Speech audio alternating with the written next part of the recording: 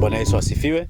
Basi tuendelee. Nilikuwa nimekomea kwenye kipengele fulani cha 10 kuangalia hali ya kanisa la leo, na nikafika kwenye pointi ya 10 ambayo nilikuwa nazungumza kwamba watu ambao Yehova amewaita mara nyingi sio wale ambao dunia inawahesabu kuwa watu wa maana. Na hapa tunaweza tukasoma maandiko wakati nataka kujadili jambo hili. Fungua Biblia yako, fungua kitabu cha Paulo, waraka wa kwanza wa Paulo kwa Wakorinto 1:26. Tuone neno la Mungu linasema nini. 26. Anasema, maana ndugu zangu, angalieni mwito wenu, ya kwamba si wengi wenye hekima ya mwilini, si wengi wenye nguvu, si wengi wenye cheo walioitwa. Ukienda 27 anasema, bali Mungu aliyachagua mambo mapumbavu ya dunia awaaibishe wenye hekima. Tena Mungu alivichagua vitu dhaifu vya dunia ili aviaibishe vyenye nguvu. Bwana Yesu asifiwe sana. Kwa hiyo hii nimesoma na katika somo hili ni kwamba natafakari kwamba kanisa sasa hivi hali yake ikoje? Yaani hali ya kanisa sasa hivi wewe unaionaje sasa hivi? Ikoje? Inalingana na kanisa lile la kwanza? Ama hali yetu sisi sasa hivi ikoje? Nikafika pointi ya 10 ambayo mara nyingi sisi tunaangalia mambo yetu, tunaangalia manufaa yetu. Yaani mchungaji akisha kuchagua anataka akakuonesha na nyumba anayojenga. Mchungaji akikuchagua anataka kukuonesha na mifugo anayofuga. Yaani mtu akikuchagua kuna kitu fulani anataka kutoka kwako. Na mimi nimeshuhudia hii. Kuna wengine wanaitwa kwenye harambee. Yaani mchungaji anataka achangiwe na anazuia kuchangiwa kwanza kanisa mpaka atendewe jambo fulani ambalo ni la kwake, alafu ndio baraka zingine, machangizo mengine yarudi kwenye kanisa. Nimeona haya mambo. Nimeyaona. Sijui labda kama wewe kwako hayapo, lakini mimi nimeyaona. Lakini nataka nikwambie kwenye waraka huu wa kwanza wa Paulo kwa Wakorinto anasema, maana ndugu zangu, angalieni mwito wenu, ya kwamba si wengi wenye hekima ya mwilini. Manake hatuangalii mambo ya mwilini. Anasema si wengi wenye nguvu. Inawezekana kabisa hatuna nguvu. Hatuna watu wa kututetea, hatuna watu wa kutupigania, hatuna vyeo. Lakini anasema si wengi wenye vyeo. Hatuna hivyo vyeo walioitwa. Anasema bali Mungu aliyachagua mambo mapumbavu ya dunia awaaibishe wenye hekima. Tena Mungu alivichagua vitu dhaifu kabisa vya dunia ili wakati mwingine aviaibishe vyenye nguvu. Bwana Yesu asifiwe. Sasa ni lazima tufike mahali kwa kuelewa. Na nikasema sasa nitakupa namna ambavyo Mungu alifanya kazi na watu wake. Yaani angalia Mungu alivyokuwa anakataa watu fulani kufanya jambo fulani, ili kwamba watu wasije wakaona kwa ajili ya jambo fulani ndio wamefanikiwa, bali Mungu mwenyewe akaonekane katika kazi ile. Bwana Yesu asifiwe sana. Hebu angalia jinsi Mungu alivyowaambia wana wa Israeli wakati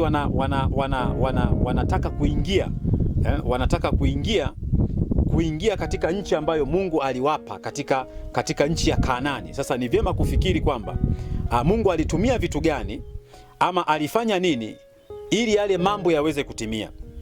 Alipowatuma wale watu kwenda kukagua na kurudi, alitumia matarumbeta.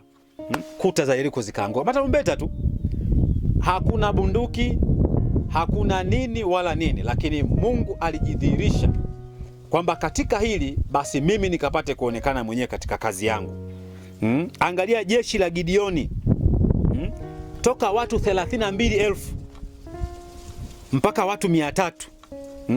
Kulishinda jeshi kubwa la Midiani. Hivi inawezekana kweli? Sio kama unasoma. Na ndio maana huwa anasema yani watu wa siasa wanatumia Biblia wanafanikiwa. Washirikina wanatumia Biblia wanafanikiwa. Wachawi wanatumia Biblia wanafanikiwa. Watu wa kidunia wanatumia Biblia wanafanikiwa. Lakini Wakristo hawawezi kutumia Biblia kwa ajili ya mafanikio yao. Yaani hawa wana wa Israeli matarumbeta tu, kuta zikaanguka. Lakini jambo la pili ni kwamba angalia jeshi la Gideoni, toka watu 32,000 mpaka watu 300. Jeshi kubwa la Midiani lilipigwa. Bwana Yesu asifiwe sana. Lakini tumwangalie mtu mwingine, huyu Shamgari, kwa konzo la ng'ombe fimbo kushinda Wafilisti 600. Hivi wewe unaona inawezekana kweli? Inawezekana kweli? Konzo la ng'ombe kuwashinda Wafilisti 600. Kwa hiyo Mungu anataka aonekane mwenyewe. Yaani tuache siasa za kupendeleana kwenye kazi ya Mungu. Kama mtu ana uwezo wa kuhubiri, mpe nafasi ya kuhubiri. Kama mtu anaweza kufundisha, mpe nafasi ya kufundisha. Kama mtu anaombea, mpe nafasi ya ombee. Kama mwingine ana hekima, mwachie azungumze na watu. Kama mwingine ni nini, mwachie afanye. Ndivyo Mungu alivyotaka mambo yake yafanyike. Gideoni anajipanga kwamba jeshi lile ni kubwa. Mungu anamwambia watu ulionao ni wengi sana. Tunakumbuka habari ya Elia na Elisha. Sio Elia mimi naifundisha, Elia yule nabii na Elisha. Anamwambia tulia, kwa sababu walioko upande wetu ni wengi na wakubwa kuliko wale unaowaona upande wa pili. Iko mifano mingi sana, mimi nimekupa hiyo michache. Lakini kingine, Samsoni kwa mfupa wa taya ya punda kushinda jeshi zima. Samsoni kwa taya tu la punda, mfupa tu wa punda, alipiga jeshi zima mpaka likapotea, likapalangana, watu wakavurugana huko, waliokufa wakafa, wengine wakakimbia sehemu nyingine ambapo tunasema kwamba kuna watu walipigana. Sasa sitaki kutumia hilo neno hapa. Sasa nisizungumze hayo mambo. Lakini kitu kingine, jifunze habari ya mikate michache, vipande vichache vya samaki mara 2. Watu 4,000, watu 5,000 wakala. Alafu anasema wakakusanya mabaki mpaka yakatimia makapu 12. Yaani watu wanakula 5,000, watu wanakula kwa mikate na vipande vichache vya samaki. Watu 9,000 kwa ujumla wao walikula. Bwana Yesu asifiwe sana. Lakini pia angalia uone Mungu alivyo wa ajabu. Watu 4 wenye ukoma, lakini jeshi zima la Washami likakimbilia porini. Hivi jamani, inawezekanaje? Mambo haya yanawezekanaje? Yaani wakoma 4 tu. Tena hawa kwa ukoma waliokuwa nao walifukuzwa kule ndani kwamba wasije wakaambukiza watu wengine. Walipotoka nje, Roho Mtakatifu akasemezana nao. Wakasema kulikoni tufie hapa, ni bora tukafie mbele ya safari. Tunajua kwamba wale ni maadui zetu na wako wengi, lakini kulikoni tufie hapa kwa njaa, ni bora tukapambane kule tukafie kule mbele vitani. Watu 4 tena wenye ukoma wakakimbia, wakaingia kwenye jeshi. Jeshi likaona kama ni wana wa Israeli wanakuja na magari na jeshi kubwa, wakakimbia, wakaacha vitu. In a moment tu, fumba na kufumbua, wale mabwana, himaya nzima ikawa ya kwao. Kulikuwa na mikate mle, nyama, fedha, silaha, yani sijui waligawaneje vitu ambavyo vilikuwa mle, lakini neema ya Mungu ikatawala, wakajikuta wako sehemu nzuri ambayo hawakuitegemea. Soma Wafalme wa Pili ule mlango wa 7. Bwana Yesu asifiwe sana. Kwa hiyo mambo haya ni ya kujifunza. Tunapochagua sisi watu tunaowataka, ni kwamba kazi ya Kristo inasimama. Unasema hapa nichague na hii mambo ndio yapo. Yaani wewe unakuwa askofu, mke wako ndio mchungaji mkuu, mtoto wako ndio mhasibu mkuu. Sijui wewe unataka kuwa mkuu wa jimbo, mtoto wako anataka naye sijui aende kawe msii nini. Yaani kuna vitu fulani hivi. Kwa hiyo tunajikuta leo kanisa tulilomo, ama nyakati za kanisa la sasa, hali ni ngumu kabisa kuliko nyakati zile za wenzetu. Wenzetu pamoja na hali waliokuwa nayo, waliweza kumtumikia Mungu waliokuwa wanamwabudu kwa usahihi, na Mungu wao alijidhihirisha kwao. Tunakumbuka habari ya Musa. Musa, sijui kama tunasoma Biblia vizuri, anasema uso wako usipokwenda na mimi, alafu anasema usitutoe mahali hapa. Kwa nini alikuwa anasema na mimi, alafu anasema usitutoe mahali hapa?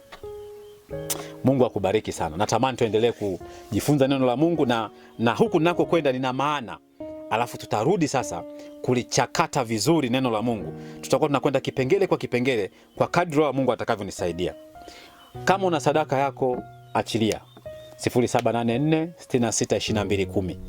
Lakini ningependa kabisa vitu ambavyo ni tangible. Tunatamani vitu ambavyo ni tangible, sio fedha. Kama Mungu atakupa fedha tutashukuru, lakini kama Mungu ana kitu kwa ajili yetu tusaidie, ama ana kitu kwa ajili yangu nisaidie. Tunapokea. Tunatamani watu tusaidie kamera, tunatamani watu tusaidie mic, natamani watu wanisaidie memory card, nahitaji watu wanisaidie labda iPad, tunahitaji watu tusaidie smartphone kama unazo. Watu najua mna smartphone nyingi, zingine unaweza kuwa umetupa tu ziko ndani. Kama una memory card tunaomba, kama una betri za kamera tunaomba, kama una nini tunaomba tusaidie. Hatuna namna nyingine nzuri ya kuzungumza na wewe ukapate kutuelewa, lakini kiu yangu ni kwamba ni kuona injili ya Kristo inahubiriwa na watu wanaendelea kulipokea neno la Mungu na maisha yao yanabadilika. Inawezekana katika jambo moja tu la ziada utakalolitenda, ama hatua moja ya imani utakayoichukua, itasaidia watu wengine kubadilishwa. Mimi nilimjua Kristo kwa CD. Kuna mwalimu wangu alikuwa anaitwa Sagamiko Tadei. Sasa hivi nafikiri ni lecturer kule Duse.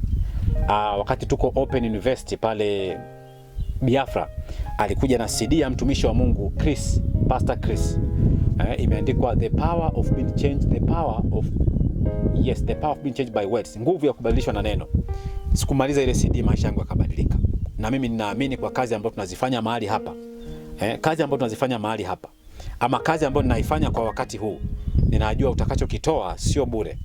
Sina kitu cha kukupa, lakini naamini Mungu ninayemwabudu na kumhubiri na kumfundisha kwa watu wengine, yeye atakujaza zaidi na zaidi katika maisha yako ya kiroho na kimwili pia. Amen. Tukutane katika kipindi kinachofuata. Mungu akubariki huko uliko katika ofisi.